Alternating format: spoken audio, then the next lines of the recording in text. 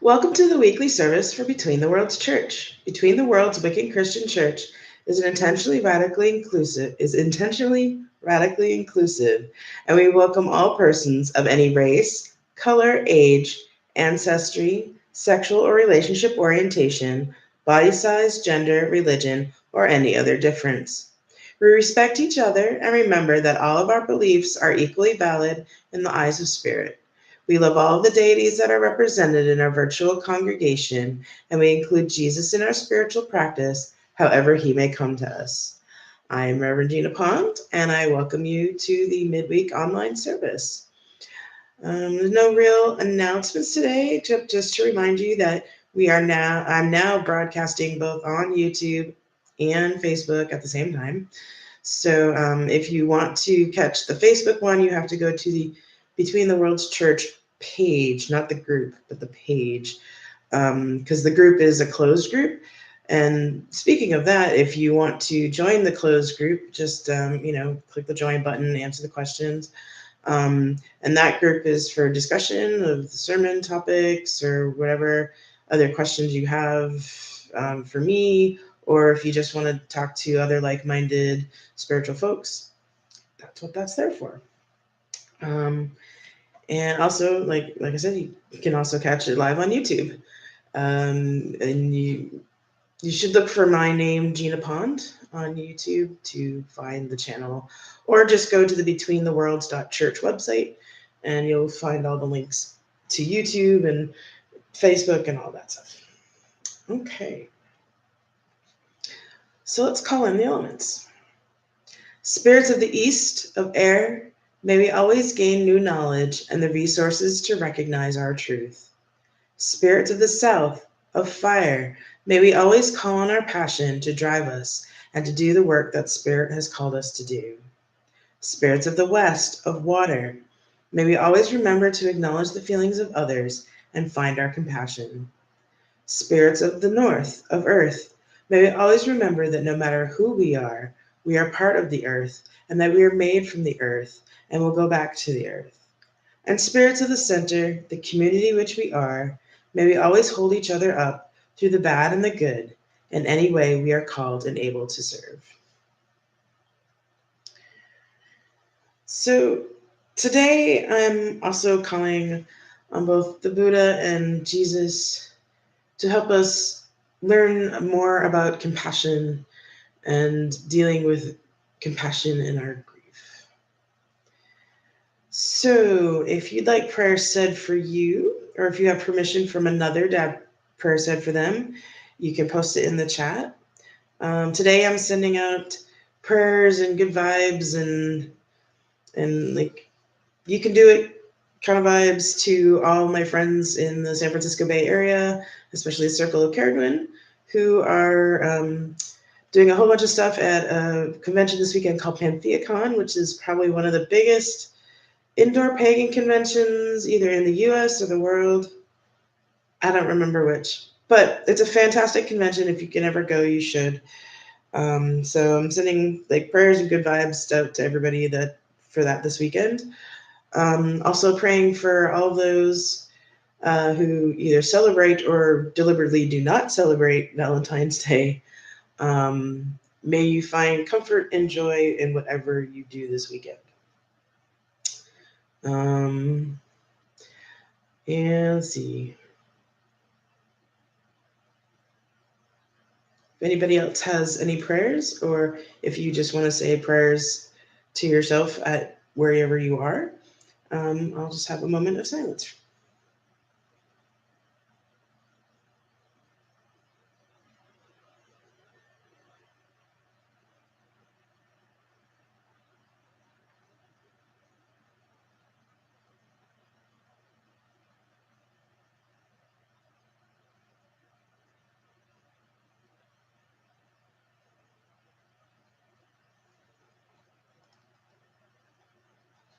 Spirits of the universe, please hear our prayers. All right.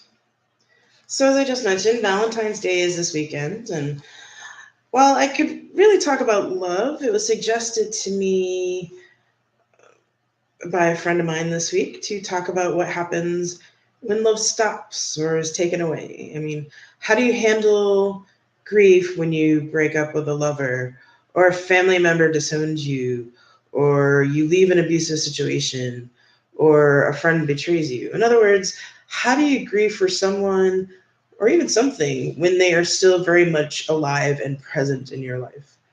How do you reconcile the anger or even the hatred with the love that you still carry for the person in question? And the very short and very much simplistic answer is that you just do it because you are a human being, and human beings are full of weird contradictions. It's just how we are. But the longer, harder, and probably more theological answer is that it's because of compassion. Now, I've mentioned in previous sermons how compassion and love are not equivalent to each other, and how you can have compassion even if you don't like someone or you even hate them. This is painfully apparent when someone you care about hurts you. The emotions are kind of like a storm in your mind. Like one minute you're angry, the next sad and grieving, and the next you're wondering how they're doing and wondering if they're okay, and then it just kind of starts all over again. And like all grief, you don't just get over it. You can't. You end up living with it. And, time and distance from the immediate aftermath of whatever situation usually helps to make it less front and center in your life. And after a while, there comes a point where you can kind of look back at everything and be like, okay, there were some good things about it. It really kind of sucked in general, and it doesn't feel quite as sharp or stinging as it once did. Especially especially at the time when the relationship first went bad. But it'll still hurt a bit. And, even though time softens the edges a bit, you know, and that you can live with it, it just, it'll still hurt. You'll still feel that. But, it'll be at a point where you can kind of move on. And but what's really hard, and that's kind of true of all that kind of grief, like if you were able to get time and distance. However, it's harder when you're still living in the middle of a situation where someone you care about is actively hurting you, or they've changed so much that you don't know them anymore. Your wounds get reopened on a regular basis. It's like picking a scab, right? Like it takes a lot longer for it to heal if you don't pick it, right?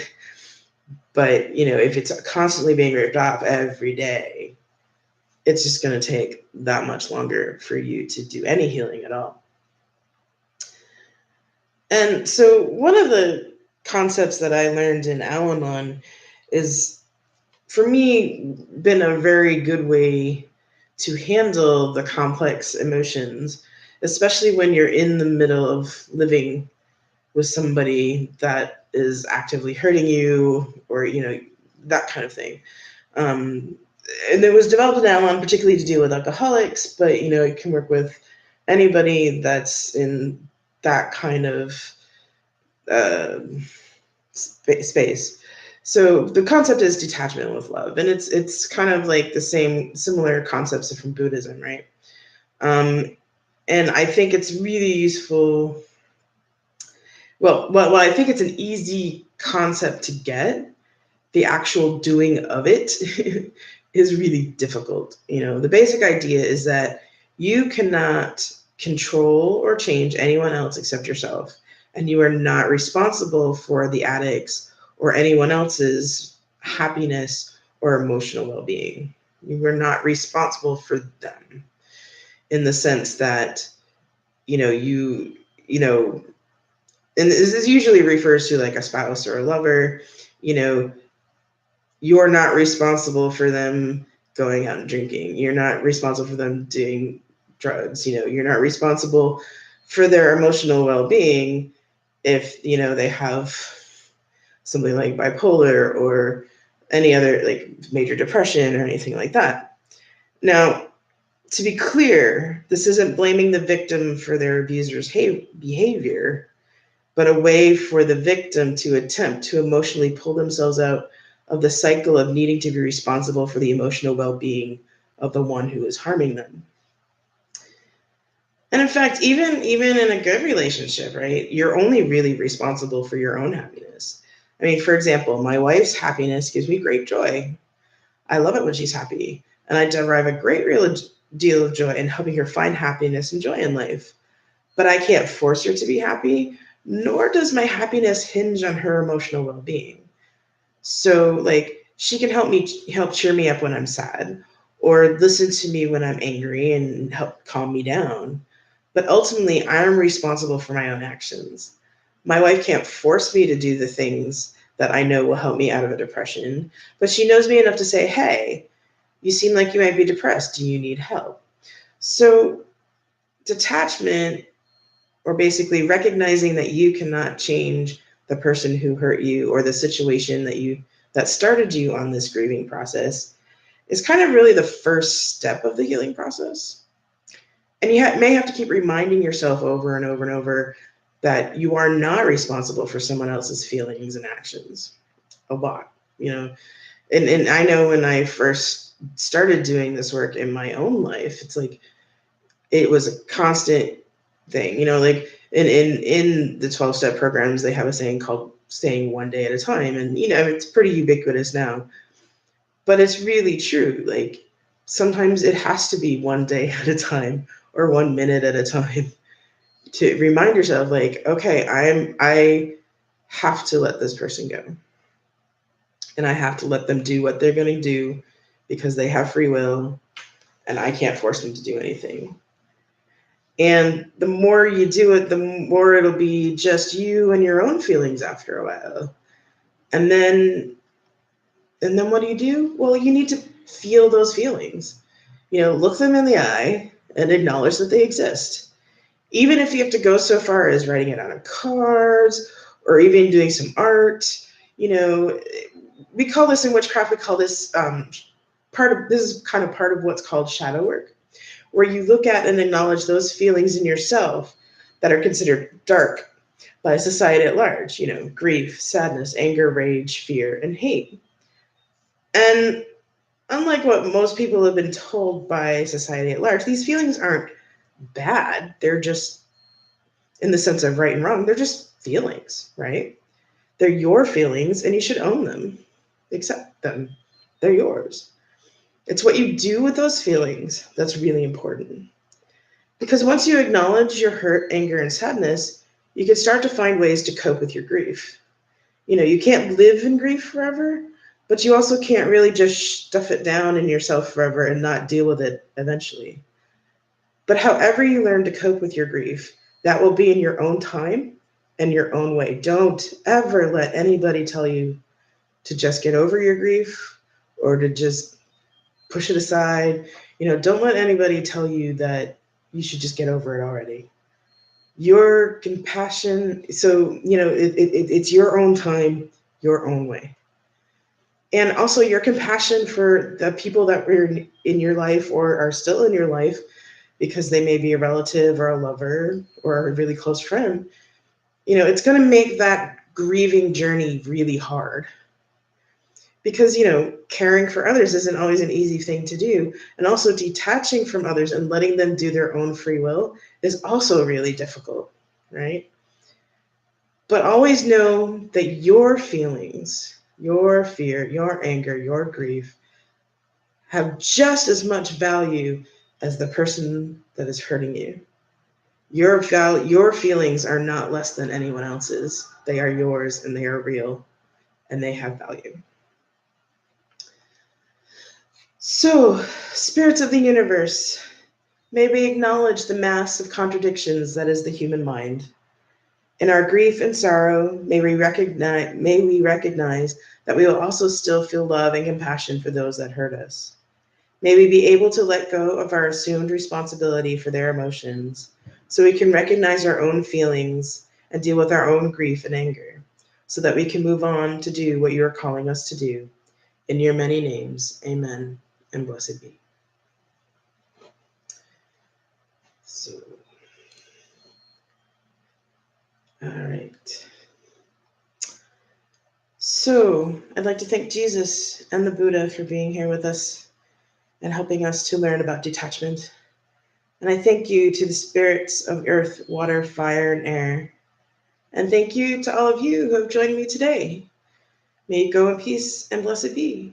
And if you have any questions, feel free to contact me either via YouTube, the website, or on Facebook. Have a great week, everybody.